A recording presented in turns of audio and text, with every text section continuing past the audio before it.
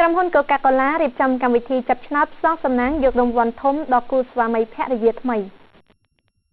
ដើម្បីលើកទឹកចិត្តចំពោះគូស្វាមីភរិយាថ្មីក្រុមហ៊ុនភេសជ្ជៈកម្ពុជា Coca-Cola បានរៀបចំការចាប់ឆ្នោតផ្សងសំណាងដើម្បីស្វែងរកគូស្នេហ៍ដែលមានភ័ព្វសំណាងទទួលបានរង្វាន់ធំពីក្រុមហ៊ុន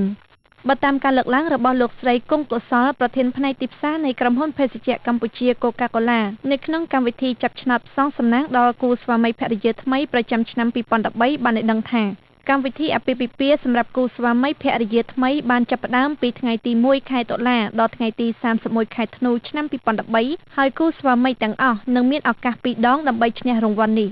រង្វាន់ទី1គឺសម្បត្តិដំណើរកម្សាន្តនៅសណ្ឋាគារសុខាបានចាក់សាំងនៅស្ថានីយ៍ប្រេងឥន្ធនៈសូគីមិចស៊ីមកាតពីក្រុមហ៊ុន Smart និងកាបូបសម្រាប់ដំណើរកម្សាន្តលើសពីភរិយាថ្មីដែលមិនទទួលបានការឈ្នះរង្វាន់ភ្លាមនោះអាចសរសេរឈ្មោះនៅលើសញ្ញាឆ្នោតហើយអាចដាក់ចូលក្នុងធុងឆ្នោតដើម្បីមានឱកាសឈ្នះរង្វាន់ធំដែលធ្វើការចាប់ឆ្នោតនៅរៀងរាល់3ខែម្ដង